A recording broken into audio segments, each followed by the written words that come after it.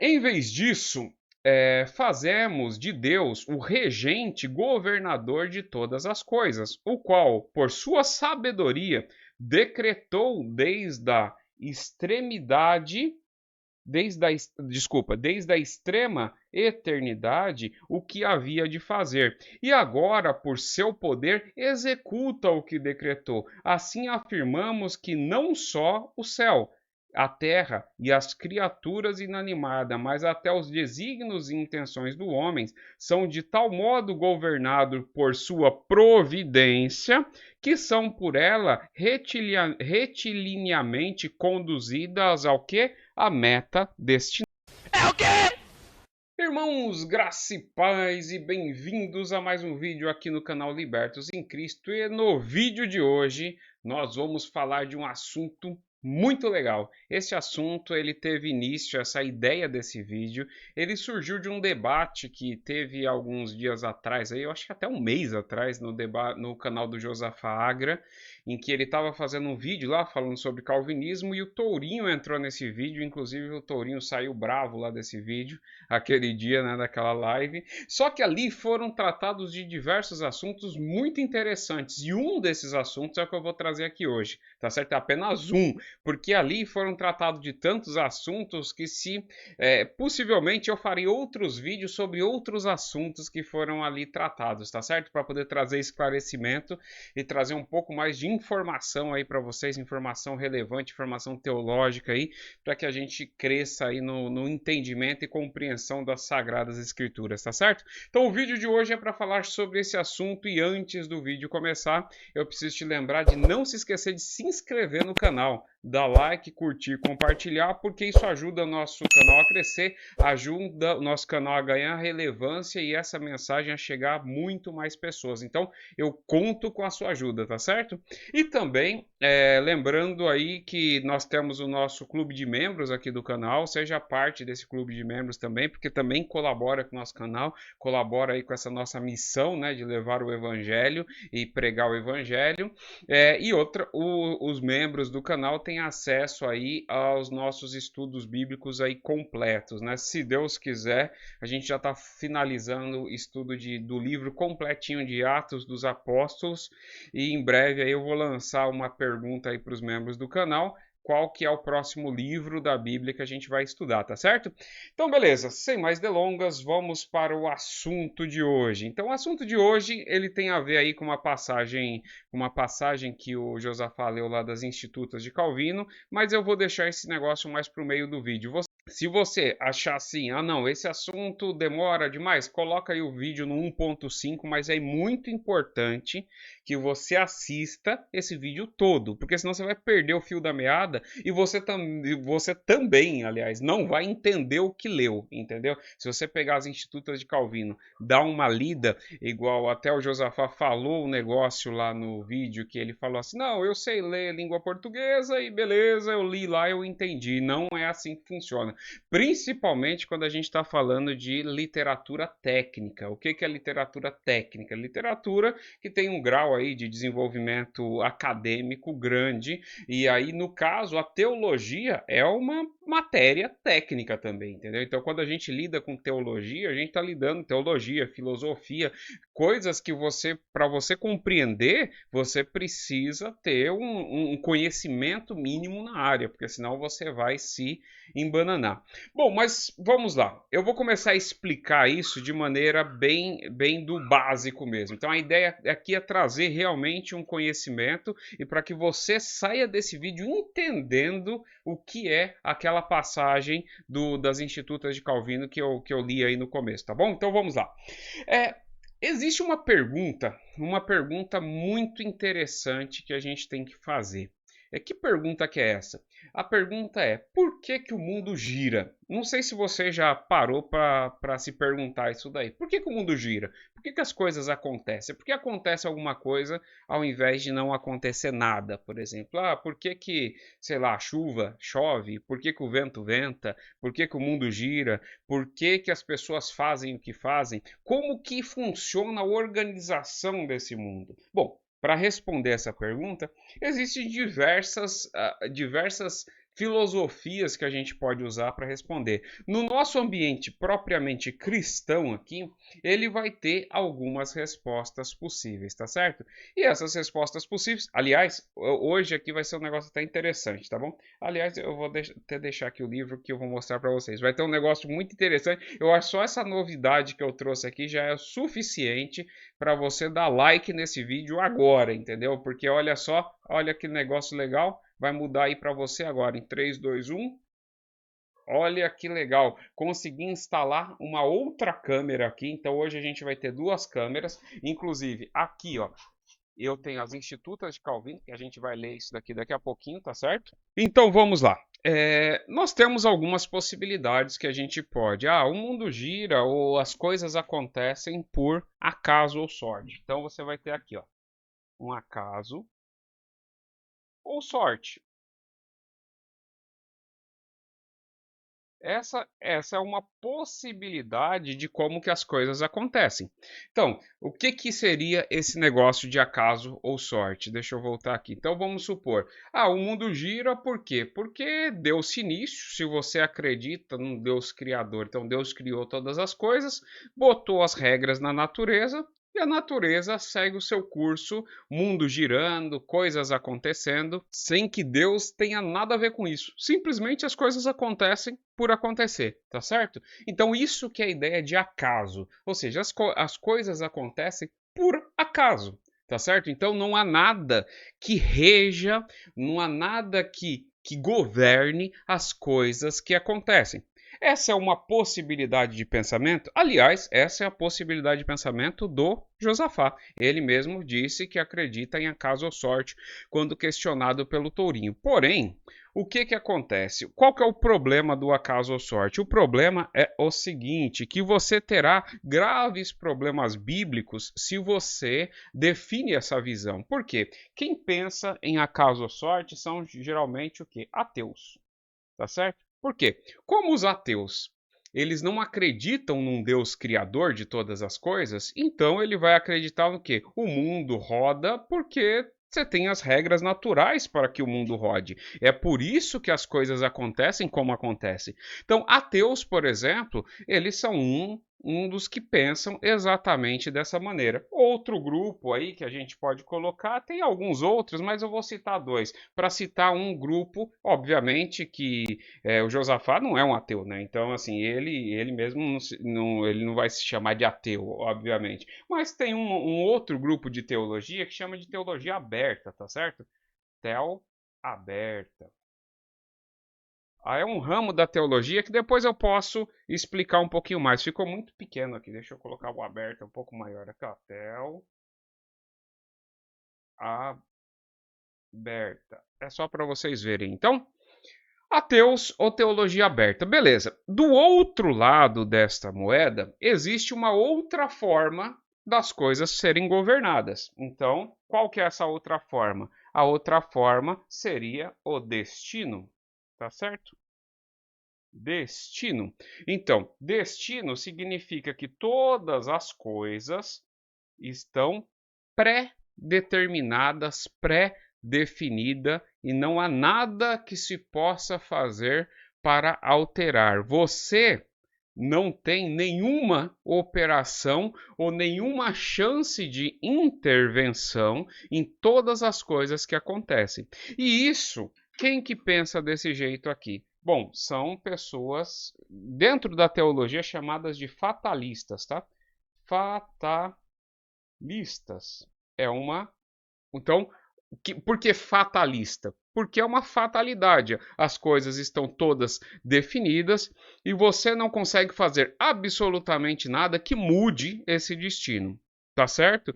Então essa que é a ideia. Já tá tudo, tem uma história escrita que não foi escrita por você e que você não teve nenhuma participação nessa história e você simplesmente é um mero executor da história, tá certo? Essa que é a ideia de fatalismo. Um outro grupo que pensa desse jeito, e eu vou colocar eles aqui especificamente porque vocês já vão entender o porquê, que são os estoicos, tá certo? Outro grupo aqui chama os estoicos. Os estoicos é um grupo que assim, essa filosofia estoica nasceu há muitos anos atrás. Teve pessoas muito pobres que eram estoicos, teve pessoas muito ricas que eram estoicas, mas eu não vou entrar em muitos detalhes da história estoica aqui, porque não interessa para a gente agora. Agora só vou trazer aqui mais ou menos a visão que o estoicismo tem de destino ou fado, tá? Dependendo do... Deixa eu pegar aqui com outra letra. Fado. Dependendo quando você... Depende da idade do documento que você leia, ele vai estar identificado como destino ou fado. Inclusive, nas institutas, se você pegar uma instituta versão mais antiga, ela vai estar escrito como fado, por exemplo. Fado é um destino, é algo que você não consegue intervir e que alguma coisa que foi definida não por você e que você não consegue, de maneira nenhuma, interferir aquilo ali. Beleza? O que acontece? Então, essas são as duas formas de você ver como que o mundo acontece. Ou as coisas acontecem por acaso ou sorte, ou acontecem por destino ou fado. Porém, existe um caminho do meio aqui, tá certo? E este caminho do meio é exatamente o que Calvino propõe nas institutas, principalmente nessa parte das institutas, na Instituta Volume 1, que é essa instituta... Aqui, ó. Deixa eu colocar aqui para você. Instituta, volume 1 aqui, que é exatamente o que Calvino propõe, que é um negócio chamado de providência, tá certo? Providência de Deus, tá certo? Então, a providência de Deus, ela não é acaso e ela também não é fatalismo. Ela não é destino ou fado. Providência de Deus é uma outra coisa. Isso daqui é muito importante. Vou até colocar aqui. Isso é muito importante que você compreenda, porque se você não compreender isso, você vai ler um negócio completamente errado, conforme eu vou mostrar aqui para frente. Se você não entende esse detalhe filosófico do pensamento de Calvino, por exemplo, você nunca vai entender o que ele está querendo dizer. Tá certo? Inclusive, esta parte desse texto que o Josafá citou, que eu vou ler ele completamente aqui, essa parte desse texto é a parte desse texto que trata de um negócio chamado de providência divina. Tá certo? Então, a providência divina, voltando para a nossa câmera aqui, ela não é destino. Então, não há o que se falar de fatalismo. Inclusive, os estoicos definiam essa ideia de destino. Só para vocês saberem, os estoicos, assim, eles imaginavam, inclusive a filosofia estoica, ela é baseada no quê? Em você abraçar o seu destino, ou seja, você não tem que ficar esperando grandes coisas. Aquilo que acontecer na sua vida é o destino, e aquilo você tem que abraçar e se acostumar a ter prazeres, digamos assim, em coisas simples. Por quê? Quando você tem grandes expectativas, você vai ter grandes frustrações. Então, a busca da felicidade dentro do estoicismo é justamente essa forma de você se contentar com aquilo que você tem. Por quê? Porque como o destino é algo que está definido e você não consegue mudá-lo, então você tem que fazer o quê? Abrace o destino e viva feliz, entendeu? Viva tranquilo, ao invés de você querer ficar lutando e tal, e ter grandes expectativas. Então, essa é a ideia, de maneira muito rasa, da filosofia estoica. E por isso que é muito importante de você entender coisas antes de você pegar, por exemplo, uma obra aqui. Inclusive, eu vou até abrir aqui, ó, eu vou abrir aqui as institutas naquela parte que o Josafá citou, que é exatamente nessa parte aqui. A parte que ele citou é esta parte aqui, que eu vou ler aqui na frente depois para vocês. Eu vou colocar aqui na câmera e vou ler aqui essa partezinha. Mas se você pegar uns parágrafos antes, que é a introdução aqui, ele vai dizer o seguinte, ó, a doutrina, aqui, ó, a doutrina da providência não é mera crença no destino, sorte ou acaso. Aqueles que desejam suscitar ódio contra esta doutrina a caluniam de ser dogma do destino dos estoicos. Tá vendo aqui, ó? Dogma do... Deixa eu ver se eu consigo aqui focar. Aqui, ó. Tá aqui, ó. É que não sei por que esse negócio não focaliza bem. Eu coloquei essa câmera aqui para poder melhorar, mas aqui, ó. Talvez se você der um zoom aí na sua tela, você vai ver, ó. Ó, aqueles que desejam suscitar ódio contra essa doutrina caluniam de ser o dogma do destino dos estoicos. Então, conforme a gente está vendo aqui, providência de Deus não é destino dos estoicos, também não é acaso ou sorte. E é isso que ele está querendo dizer. Ou seja, ele está defendendo uma doutrina que ele já parte do princípio dizendo o que ela não é. E aí o engraçado é que usa esta doutrina para dizer que ela é exatamente isso daqui, ó, fatalismo, destino estoico e coisa e tal. Você vê que isso é contra o que o próprio autor escreveu. Mas a pergunta é o seguinte: o que é providência divina? Isso daqui é um negócio importante, tá certo? Por quê? A definição de providência divina é algo que a gente tem que entender, porque se a gente não entender isso, a gente vai ter a nossa interpretação completamente deturpada daí para frente. Então, providência divina, falando em palavras mais tranquilas, é o seguinte: a forma com que Deus administra e governa todas as coisas. Essa que é a ideia. Então, a forma que Deus ele administra e governa todas as coisas é chamada de providência divina. E a providência, ela não é um acaso e não é uma sorte, também não é um destino, um fado. Ela é algo intermediário, ou seja, Deus, através da sua providência, ele governa e rege todas as coisas, não tornando o homem um robô, que seria destino ou fado. E também ele governa todas as coisas, então isso já exclui a ideia de destino ou fado, porque destino ou fado não tem ninguém governando nada, entendeu? As coisas estão funcionando por si mesmas. Então, como nós cremos num Deus onipresente, ciente e onipotente, a gente não pode dizer que esse Deus não governa todas as coisas, até porque a gente contrariaria muitos versículos bíblicos com isso. E aí você pode me dizer: ah, não, beleza, mas essa é uma ideia de Calvino, né? É uma ideia de calvinistas e coisa e tal. Não é. Eu vou te mostrar aqui agora, que eu vou colocar na tela, que já deve estar aparecendo aí para você, que é o seguinte: o que é esse PDF que eu tenho aqui? Esse PDF é o volume 1 das obras de Armínio. Se você quiser conhecer sobre arminianismo ou o pensamento de Armínio, porque arminianismo você vai ter que ser um pouco mais amplo do que o pensamento de Armínio. Mas assim, você quer conhecer o que Armínio pensava? Simples, você tem um livro chamado As Obras de Armínio, volume 1, 2 e 3. É só você comprar ou baixar, ou seja lá o que for, as obras de Armínio. Esse daqui é as obras de Armínio. Para ser mais exato, nós estamos no artigo 23 das obras de Armínio. Olha o que ele falava aqui no artigo 23. Esse artigo 23 é um negócio muito interessante, tá certo? Olha o que Armínio defendia aqui, ó.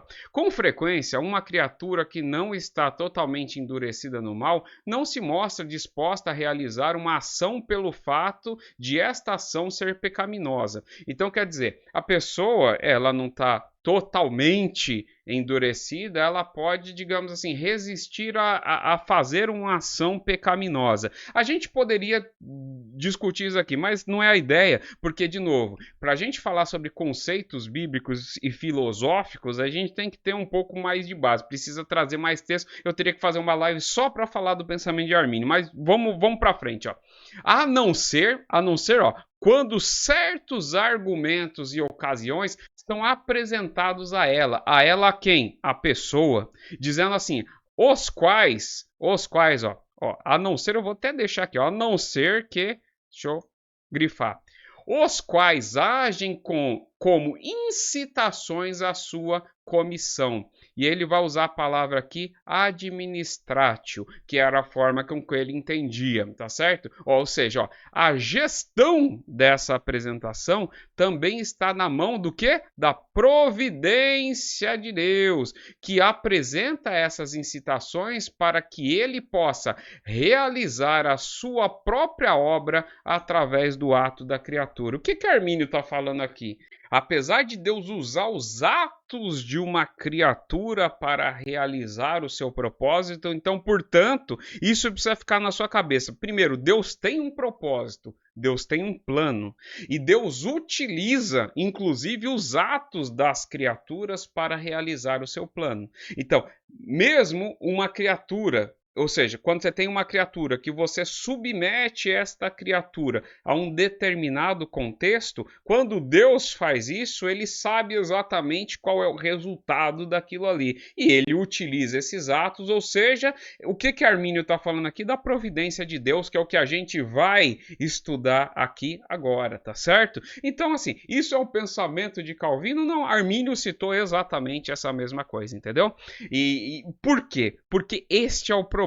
Vamos voltar aqui para nossa câmera. Se você não acredita em providência de Deus, então você ou vai acreditar em destino, ou fatalismo aqui, o destino dos estoicos, ou você vai acreditar em caso ou a sorte. De qualquer um dos lados que você caia, nenhum desses lados é o Deus descrito nas Escrituras. Nem o acaso ou sorte e muito menos o fado ou destino. Então, para nenhum desses lados a gente pode cair. Por quê? Porque conforme mostra as escrituras, e eu vou trazer aqui texto bíblico para a gente não ficar só nessa questão mais filosófica, e eu vou provar para vocês que os textos bíblicos dizem exatamente isso daí. Então, beleza. Então, como eu digamos assim, expliquei para vocês o que significa essa ideia de providência, eu vou trazer aqui nas palavras do próprio Calvino, em alguns trechozinhos, o que é a questão da providência. Você vai ver aqui, ó.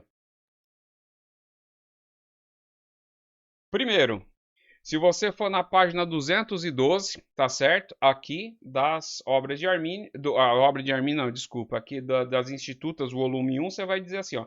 O que rege o mundo é a providência de Deus, não acaso ou sorte. Então aqui ele fez um texto explicando sobre isso, e isso daqui você precisa ler. Eu não vou ler todos esses detalhes aqui, porque senão vai ficar um negócio muito grande. E eu ainda também preciso ajustar melhor essa câmera. Mas eu vou trazer algumas outras citações aqui importantes também para que te dê contexto sobre tudo aquilo que foi apresentado. Pronto, aqui na página 228, ele também vai começar a fazer, ele vai começar a dissertar, detalhar um pouco mais sobre a providência de Deus. Inclusive, é um negócio interessante. Algumas páginas para trás aqui, ele está falando sobre o livre-arbítrio de Adão. E como Adão, mesmo Deus sendo soberano, Adão tinha livre-arbítrio, entendeu? Isso daqui é só para o pessoal que diz assim, ai, você está inventando um novo calvinismo, e não sei o que lá, e não sei o que lá. Muitas das vezes as pessoas que dizem isso não sabem nem o que estão falando, entendeu? Não conhecem a teologia e afirmam um monte de bobagem. Então aqui, ó, na página 228, aqui, ó, 228 aqui em cima, nós temos o que, ó? A providência não anula a responsabilidade humana. Então ele vai descrever aqui por que a providência de Deus não anula a responsabilidade humana. Tanto é que daquele título surgem dois subtítulos. Qual é o primeiro? A providência divina está longe de dispensar todos os meios de proteção e socorro. O que ele diz nessa parte? Ele diz que você tem que tomar cuidado, e aqui ele vai pegar algumas questões de você tomar remédio, você cuidar da sua saúde, cuidar da sua vida. Por que você tem que fazer, sendo que Deus determinou o dia da sua morte, entendeu? É um negócio muito legal. Depois, se vocês gostarem, é que eu estou tentando fazer isso daqui menos técnico e mais assim tranquilo para que vocês entendam, e tem muita gente que não gosta muito desses aprofundamentos teológicos, mas eu estou tentando trazer teologia e trazer de uma maneira mais leve, tá certo? No 5 aqui ele vai dizer, a providência divina não justifica a iniquidade. E ele escreveu isso daqui justamente contra aquela acusação. Se Deus, através da sua providência, rege todas as coisas, então o homem não tem culpa, porque a culpa é de Deus. Conversa fiada, porque quem diz isso não entendeu qual é o pensamento da providência de Deus. Lembrando que Armínio também é cria na providência de Deus, tá bom? Bom, espero que você tenha entendido até aqui o que eu falei sobre sorte, sobre acaso e sobre providência de Deus. E agora a gente vai ler aqui exatamente o texto a qual o Josafá extraiu na live e jogou para o Tourinho, que explicou. Só que, infelizmente, o Josafá não entendeu a explicação, justamente porque falta esses conceitos básicos. Por exemplo, quando ele leu lá que este não é o destino dos estoicos, ele foi lá na internet e procurou o que é estoico. Aí ele pegou uma descrição do estoicismo, mas que não fala o que é o destino dos estoicos. Obviamente que ele não ia entender, porque se ele não tem essa base prévia, ele não vai entender o resto. Então vamos lá para a gente ler aquela passagem, que é exatamente aqui, ó, página 221. Eu lerei toda a citação que está escrito aqui, ó, tá certo? Que é essa citação que eu marquei de amarelo aqui. Deixa eu ver, eu acho que vocês devem estar conseguindo ver aí na tela de vocês, tá bom? Então vamos lá. Em vez disso, fazemos de Deus o regente governador de todas as coisas, o qual, por sua sabedoria, decretou desde a extrema eternidade o que havia de fazer, e agora, por seu poder, executa o que decretou. Assim afirmamos que não só o céu, a terra e as criaturas inanimadas, mas até os desígnios e intenções do homem são de tal modo governados por sua providência, que são por ela retilinamente conduzidas ao quê? A meta destinada. Então, com base naquilo que a gente já entendeu do que significa providência divina, o que ele está dizendo aqui? O que ele está dizendo aqui é simplesmente isso, que Deus, soberano, ele governa tudo através da sua providência, lembrando que a providência de Deus é algo entre o acaso e entre o fatalismo, entre o destino. Então, portanto, a providência de Deus não é algo que anula a responsabilidade humana. Então, Deus conhece os desígnios dos homens e ele organiza de maneira que o seu plano seja completado. É exatamente, e aliás, hoje eu não vou entrar nessa questão, mas existe aquela outra citação que ele faz assim, Deus utiliza as obras dos homens maus e tal em seu propósito. Armínio afirmava exatamente a mesma coisa. Na obra de Armínio, volume 1, que a gente acabou de ler, ele afirmava exatamente a mesma coisa. Por quê? Porque a ideia é exatamente isso. Deus, ele não imputa o mal em ninguém. Deus, porque o homem já é mau, já é caído. Deus, quando quer, digamos assim, digamos que o homem faça tudo de mal, simplesmente Deus abandoná-lo. E aí a gente pode pegar vários versículos bíblicos que diz que Deus os abandonou as suas imundícias, as suas torpezas. Então, quando Deus quer exercer juízo sobre alguém, e esse juízo é um juízo de condenação, o que Deus faz? Simplesmente Deus se afasta. Deus não precisa provocar o mal em ninguém. Esse é o grande problema de você não entender o que significa providência de Deus. Então, se você não entende o que significa providência, obviamente você não vai entender o que está dizendo nessa frase. Entendeu? Obviamente você não vai entender o que está dizendo nessa frase. Então, nessa frase, ele está dizendo isso, que Deus, através da sua providência, governa tudo para o seu determinado fim, para o seu determinado plano. Essa é a única ideia, entendeu? E nisso faz com que Deus, o plano de Deus seja executado e Deus, ele não tenha compromisso com o pecado, porque no final das contas, os homens, eles decidem por si. Deus só organiza e, digamos assim, administra essas coisas para que aconteça. Então, existe, e aliás, deixa eu até pegar aqui, que eu vou mostrar agora para vocês alguns textos bíblicos dizendo sobre isso. E aí eu vou responder uma outra pergunta que é muito importante, que assim, não perca, vai ser bem legal. Então vamos pegar aí o primeiro texto bíblico. Conforme está aparecendo na sua tela, o primeiro texto bíblico, Provérbios 16:9. Pegue na sua Bíblia, diz o seguinte: o coração do homem traça o seu caminho, mas o Senhor lhe dirige os passos. Então a ideia daqui é o seguinte: o homem é responsável, porque o que faz o homem fazer o que ele quer fazer é o seu próprio coração. Aliás, aqui você vai ter que pegar essa questão do coração do homem, se é bom ou se é mau, tá certo? Então, o coração do homem traça o seu caminho, mas o Senhor lhe dirige os passos, porque Deus é soberano, entendeu? Não há nada nessa terra que a gente queira fazer, se Deus não nos permitir fazermos, e essa palavra permitir eu estou citando porque existe essa ideia de permissão dentro do pensamento de João Calvino, só que é uma ideia de permissão diferente, e aí eu posso fazer um vídeo só sobre isso daí. Então, assim, se Deus não o permitir fazer, então a pessoa não fará. Então esse daí é um texto bíblico, inclusive o próprio Calvino usa isso dentro das Institutas, Provérbios 19:6, para falar, ele ali estava falando sobre essa questão de Deus utilizar essas obras dos homens para o seu propósito, entendeu? E ele usa esse texto. Agora vamos aí para o segundo texto. Conforme está aparecendo aí na sua tela, Gálatas 4:4. Em Gálatas 4:4, ele está falando sobre a vinda de Cristo.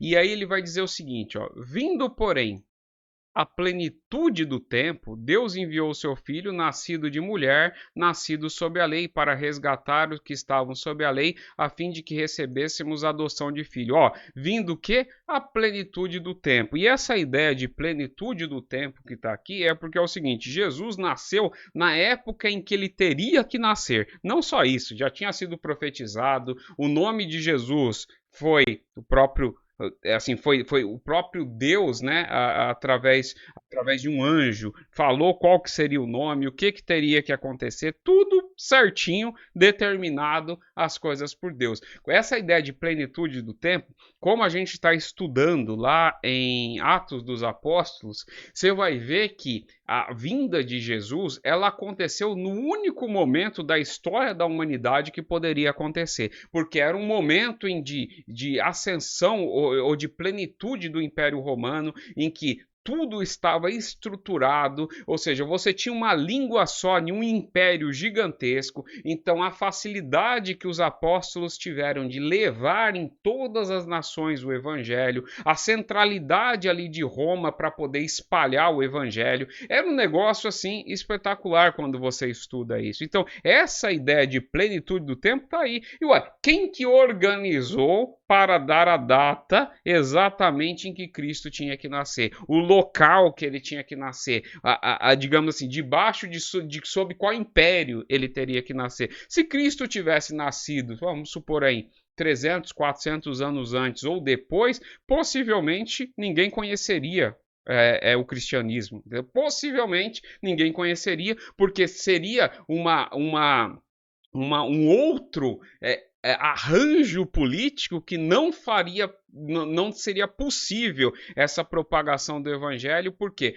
ou, sei lá, o Império Romano já não seria mais o que era, ou não existiria Império Romano, por exemplo, entendeu? Você vê que Deus trabalha todas as coisas, homens, inclusive os desígnios maus dos corações dos homens, porque ali você vai dizer que eram imperadores bonzinhos, e não era, entendeu? Cada um buscando o próprio desígnio do seu coração, mas Deus fazia o quê? Organizou todas as coisas para que seu plano cumprisse, entendeu? Isso é muito importante da gente entender. Vamos aqui para mais um texto bíblico, que é o que está aparecendo aí na sua tela, que é do livro de Tiago, capítulo 4, do versículo 13 ao versículo 17, aqui dizendo o seguinte, ó: atendei agora vós que dizeis, hoje ou amanhã iremos para a cidade tal e lá passaremos um ano e negociaremos e teremos lucro. Ué, se as coisas acontecessem por acaso ou sorte, é isso daí mesmo que você teria que dizer. Por quê? No final das contas, você monta seu plano e vai lá executar o seu plano.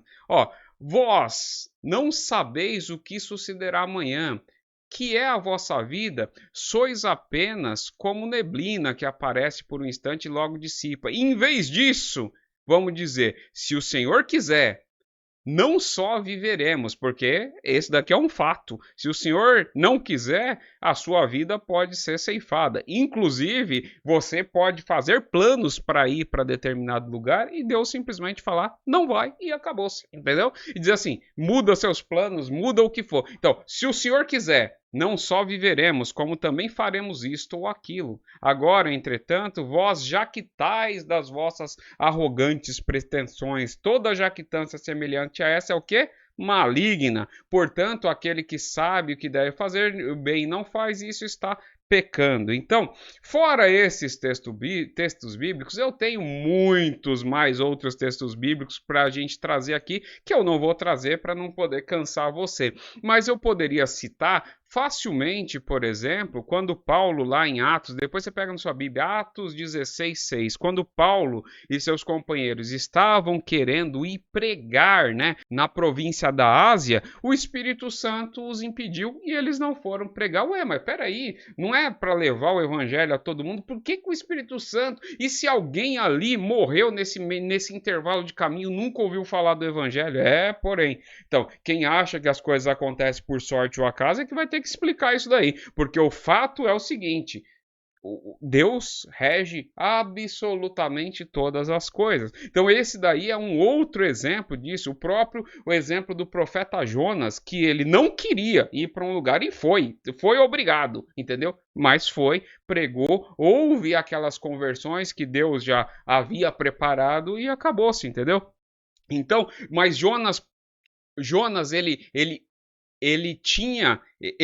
resistiu, digamos assim, ele tinha desejo. Jonas estava programado igual um boneco? Não estava. Então, nesse caso, não pode ser nem destino ou fado e também não pode ser sorte ou acaso. Por quê? Porque Deus rege todas as coisas. Mas beleza, agora que você entendeu isso, então entendeu o que Calvino quis dizer naquela passagem, eu falei, pô, agora eu entendi, beleza, então agora deu certo. Agora eu tenho uma pergunta, e uma pergunta que é bastante importante. Ué, mas se Deus, dentro da sua providência, ele organiza, ele faz com que todas as coisas atinjam o seu plano, beleza, e as coisas ruins? Como que Deus permite que aconteçam essas coisas ruins dentro da sua providência? Excelente pergunta, parece que até que a gente combinou isso daí. Então é o seguinte, como que acontecem, por que que Deus permite que aconteçam coisas ruins? E, de novo, a permissão, quando a gente fala de permissão dentro das institutas, ela tem um outro viés. Eu vou falar bem de maneira rápida para vocês. A permissão que Deus tem não é uma permissão ociosa. Quando ele permite essas coisas, isso é dos tipos de decreto. Depois eu posso fazer um vídeo só sobre essa questão de decreto de Deus. Mas por que até a permissão dentro do calvinismo é entendido como decreto? Porque Deus é onipotente, onisciente, onipresente. Então, como ele não pode dizer que não sabia, ou seja, se ele permitiu que acontecesse tal coisa, um tal rei subisse no poder, e aquele rei fez uma devassa no povo. Ué, Deus, ele só subiu no poder porque foi Deus que quis assim. Esse querer de Deus não é o querer no sentido assim, Deus tem amor pelas obras que o fulano vai fazer. Tem nada a ver com isso. E aliás, se você tiver dúvida, essas passagens que eu citei aqui nos institutos explicam certinho, mas se vocês tiverem dúvida, coloque nos comentários que eu faço mais vídeos explicando isso no detalhe. Não é este querer de Deus, é porque assim, a coisa aconteceu. Como Deus é o regente através da sua providência de tudo, então só aconteceu porque foi da vontade de Deus que aquilo acontecesse. Entendeu? A vontade de Deus, de novo e falando bem devagar, não é que Deus tem amor por aquele ato que aconteceu, aquele ato desastroso. Tem nada a ver com isso. É porque dentro da providência de Deus, aquele ato, aquele governador que fez uma devassa, ele tinha um papel a cumprir dentro para que o plano de Deus fosse alcançado. E aqui é onde eu vou explicar exatamente como que isso acontece. Então, quando Deus permite uma coisa má acontecer, só existe uma explicação. Por quê? Porque como Deus é onipotente, onipresente, onisciente, e Deus é amor, então Deus é bom, Deus é bom por natureza, Deus é o próprio bem. Então Deus não pode permitir nada mal, a não ser que deste mal se extraia um bem maior. Tá certo? É a única possibilidade de acontecer. Então, todas as coisas ruins que acontecem, Deus poderia impedir? É lógico que sim, a não ser que você creia em um outro Deus, entendeu? A não ser que você creia em um outro Deus, você não pode dizer que Deus não tem poder de impedir qualquer coisa que você imagine aí na sua cabeça. Ué, Deus tem o poder de impedir. Mas por que não impediu? Bom, não impediu exatamente porque daquele ato ruim Deus tinha alguma coisa de bem para poder tirar, e esse bem, digamos assim, seria maior do que o mal, que é exatamente o que Calvino defende aqui. Eu vou colocar aqui na tela. Aqui na parte 5, que é onde ele está explicando porque a providência divina não justifica a iniquidade, ele vai citar bem aqui embaixo, ele vai dizer o seguinte, ó, e desta forma, ao fazermos o mal, servimos a sua justa ordenação, pois, em decorrência da imensa grandeza da sua sabedoria, ele sabe bem e convenientemente fazer uso de instrumentos mal para efetuar o bem. Então, só neste caso excepcional é que Deus permite algum ato mal de acontecer, entendeu? Por quê? Porque de alguma maneira aquele ato traria alguma coisa de bem, entendeu? Mesmo que isso a gente não entenda. Mesmo que você olhando, você não entenda. Inclusive, tem passagens bíblicas muito interessantes que tratam exatamente disso daí. Existiram pessoas, por exemplo, que teve profetas que Deus falou, ó, você vai pregar, ninguém vai se converter. A pergunta é, por que pregar? Se ele sabia que ninguém ia se converter? Então esse que é o ponto, entendeu? Tem uma outra passagem bíblica que é do profeta Abacuque. Se você pegar e ler o livro de Abacuque inteiro, são só 3 capítulos, você vai ver que Abacuque chega uma hora que ele pergunta para Deus e ele fica sem resposta e não entende o porquê que Deus estava fazendo tal coisa, porque Deus disse que puniria, por exemplo, Israel usando como instrumento um exército inimigo, e esse exército inimigo era extremamente mau, entendeu? E aí ele não entende, ele faz uma oração, entendeu? Ele faz uma oração lá, linda, linda, linda, aquela oração de Abacuque, que ele diz, ainda que a figueira não floresça e tal. Quer dizer, ele confiava em Deus, por quê? Ou seja, ainda que eu não entenda exatamente o porquê que Deus permite tais coisas acontecerem, eu sei que Deus, por ser bom, aquilo ali trará um bem maior, entendeu? Então essa que é a ideia aqui. Agora, você pode simplesmente negar toda essa doutrina da providência. E aí você fala assim: não, beleza, as coisas acontecem por sorte ou acaso. O grande problema é que você trará para si um problema teológico muito difícil de se resolver, tá certo? Então, Deus não é tão onipotente assim. Se ele é onisciente, como a gente acredita, e onipresente, então ele não vai ser tão onipotente. A onipotência dele vai ter que ser barrada, porque ele não vai poder fazer o que queria fazer. Ou então você pode alegar a inocência de Deus e falar assim, Deus não sabia das coisas que iam acontecer, entendeu? Então esse é o grande problema. Então quando a gente está lidando com problemas teológicos um pouco mais complicados, não é assim de orelhada que a gente vai dizer, não, eu acredito nisso, naquilo ali, e vai chutando para frente, sendo que tem um monte de textos bíblicos que é difícil de se explicar e se organizar. Então essa ideia da providência, e aliás, igual eu te falei aqui, igual eu mostrei aqui, essa ideia da providência não é de Calvino só não, entendeu? O próprio Armínio compartilhava, inclusive nesse artigo ali, é um artigo que tem umas 5 páginas, se eu não me engano, ele está defendendo exatamente a forma com que ele acreditava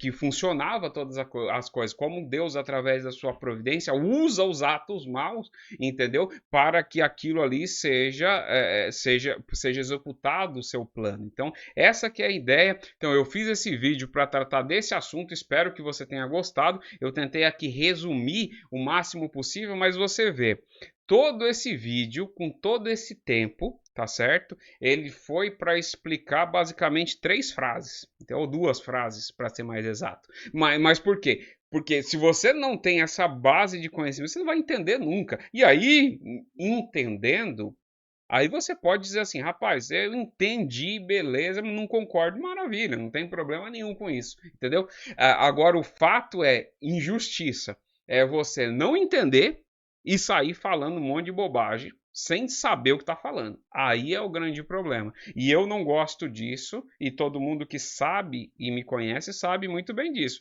Tanto de arminianos com calvinistas, quanto de calvinista com arminiano também. Quantas vezes eu em grupos aí já defendi arminiano? Por quê? É por causa que eu via que as acusações que estavam sendo feitas estavam errado, entendeu? Não era aquilo que o arminianismo pensava. Eu já tive em grupos defendendo arminianismo e o contrário também várias vezes, entendeu? Então o importante é conheça aquilo que você vai criticar. Você conhecendo, beleza, aí você pode criticar. Aí você vai criticar com base, entendeu? Você vai criticar com base. Então, e não importa, porque, de novo, essa discussão teológica entre calvinismo e arminianismo, a salvação é pela graça mediante fé. É crendo em Cristo como seu único e suficiente Salvador, você é salvo, entendeu? Você não depende de Armínio, não depende de Calvino para ser salvo, tá certo?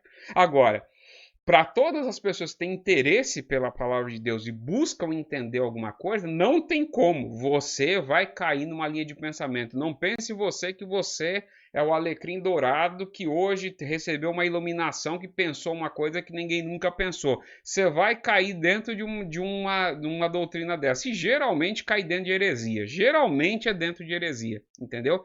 É difícil você cair numa doutrina mais ortodoxa, tipo um arminianismo ou um calvinismo. Você vai cair numa doutrina herética, geralmente é o que acontece. Beleza, mas se você gostou, dê like, curta, compartilhe. A gente se vê no próximo vídeo ou numa próxima live. E Deus abençoe a todos.